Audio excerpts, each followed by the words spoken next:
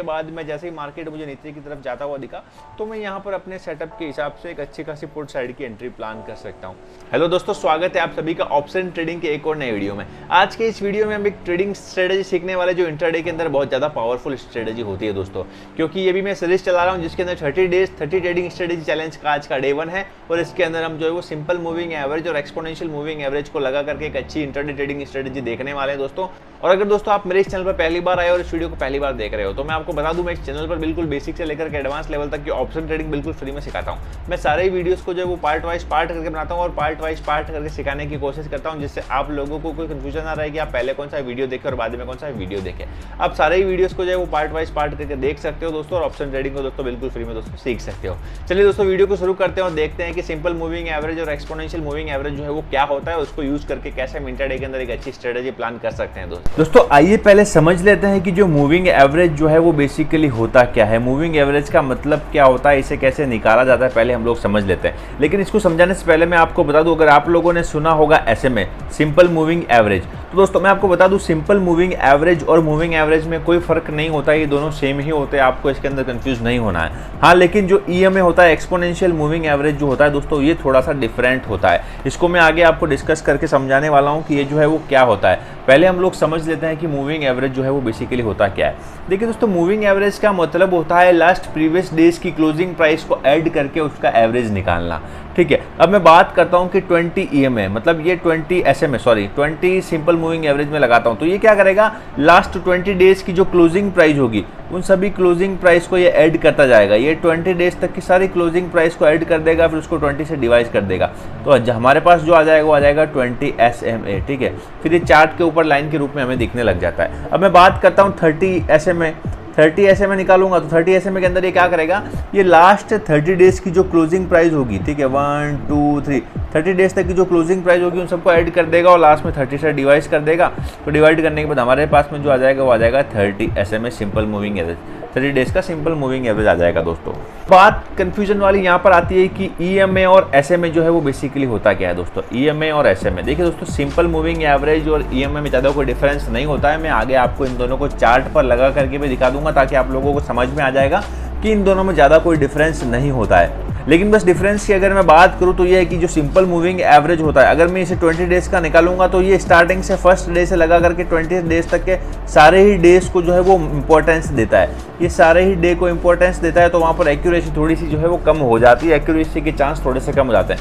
लेकिन exponential moving average में क्या होता है, इसके अंदर क्या होता है, ये फर्स्ट से लगा करके 20 डेज तक का निकालता है। तो जो करंट डे होता है, आज का जैसे करंट डे है ये फर्स्ट डे, तो ये फर्स्ट डे को बहुत ज़्यादा इंपॉर्टेंस देगा, सेकंड डे को उससे थोड़ा कम देगा, थर्ड डे को उससे थोड़ा कम देगा, फोर्थ डे को उससे थोड़ा कम देगा। तो यहाँ पर क्या है, ये डे बाय डे इंपॉर्टेंस कम देता है। ये एक्सपोनेंशियल मूविंग एवरेज जो होता है वो करंट डे के क्लोजिंग प्राइस को ज़्यादा इंपॉर्टेंस देता है। वही सिंपल मूविंग एवरेज जो होता है दोस्तों, सिंपल मूविंग एवरेज जो है वो सारे ही डेज को जो है वो इक्वल इंपॉर्टेंस देता है। तो इन दोनों में ज़्यादा कोई डिफरेंस नहीं होता है। हम लोग इसको जो है वो प्रैक्टिकल चार्ट पर लगा करके भी देख लेंगे दोस्तों।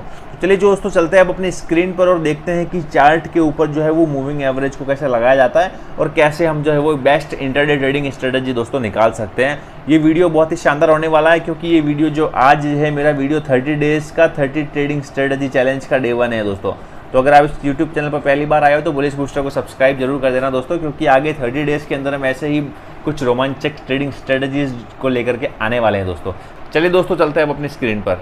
तो दोस्तों अभी आप लोग देख सकते हैं हम लोग अपनी स्क्रीन पर आ चुके हैं और यहाँ पर मैंने बैंक निफ्टी का चार्ट जो है वो ओपन करके रखा है। अभी मैंने बैंक निफ्टी के प्रीमियम का चार्ट ओपन कर दिया है और मैं यहाँ पर अभी पहले जो सिंपल मूविंग एवरेज को लगाता हूँ। ये देखिए दोस्तों, मैंने सिंपल मूविंग एवरेज यहाँ पर लगा दिया है और इसकी लेंथ मैंने जो है वो 9 रखी है। मैं आपको एक बार दिखा देता हूँ, यहाँ पर मैंने 9 सिंपल मूविंग एवरेज लगा दे, इसकी लेंथ को मैंने 9 रखा है। अब मैं यहाँ पर आप लोग देखिए, ये सिंपल मूविंग एवरेज मेरा लग चुका है। अब इसके बाद मैं एक्सपोनेंशियल मूविंग एवरेज को भी लगा देता हूँ, इसकी लेंथ को भी 9 कर देता हूँ। ठीक है दोस्तों, तो अब आप लोग देखिए ये एक्सपोनेंशियल मूविंग एवरेज भी लग चुका है।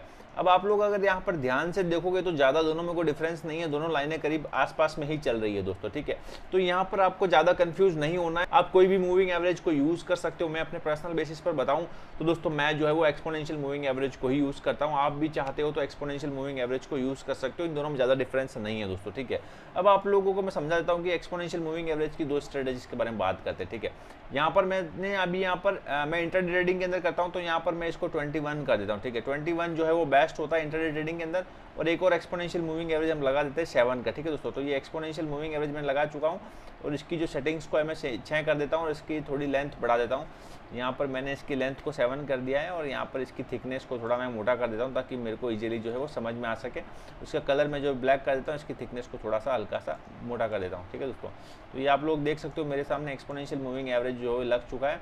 और यहाँ पर जो ये 21 वाला एक्सपोनेंशियल मूविंग एवरेज था, इसकी थिकनेस को भी मैं हल्का सा बढ़ा देता हूँ ताकि इसको समझने में मेरे को भी थोड़ी आसानी रहे दोस्तों। ठीक है, तो ये इसको मैंने बढ़ा दिया है, अब इसको भी मैं सेट कर देता हूँ। तो दोस्तों आप लोग यहाँ पर देखिए, आपको समझ में आ रहा होगा। ठीक है दोस्तों, ये मूविंग एवरेज लग चुका है।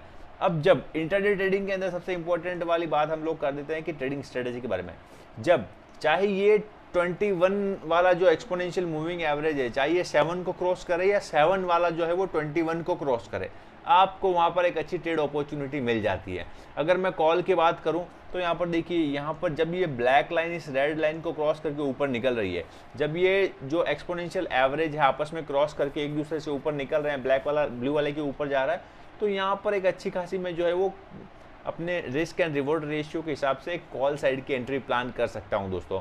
अब मैं बात करता हूँ जब इनका ऊपर की तरफ में टॉप लेवल पर क्रॉस ओवर होता है, तो यहाँ पर ये देखिए, जब इनका ये टॉप लेवल पर क्रॉस ओवर हुआ, ये मार्केट काफ़ी देर तक अप की तरफ गया और अप की तरफ जाने के बाद में मार्केट ने वापस नीचे आने की कोशिश की और यहाँ पर इनका वापस जो है वो ऊपर की तरफ में क्रॉस ओवर हुआ। और ये क्रॉस ओवर होने के बाद में जैसे ही मार्केट मुझे नीचे की तरफ जाता हुआ दिखा, तो मैं यहाँ पर अपने सेटअप के हिसाब से एक अच्छी खासी पुट साइड की एंट्री प्लान कर सकता हूँ। अब बात करते हैं कौन सी ट्रेडिंग के अंदर कौन सा जो एक्सपोनेंशियल मूविंग एवरेज का सेटअप होता है, पेयर होता है, वो अच्छा रहता है।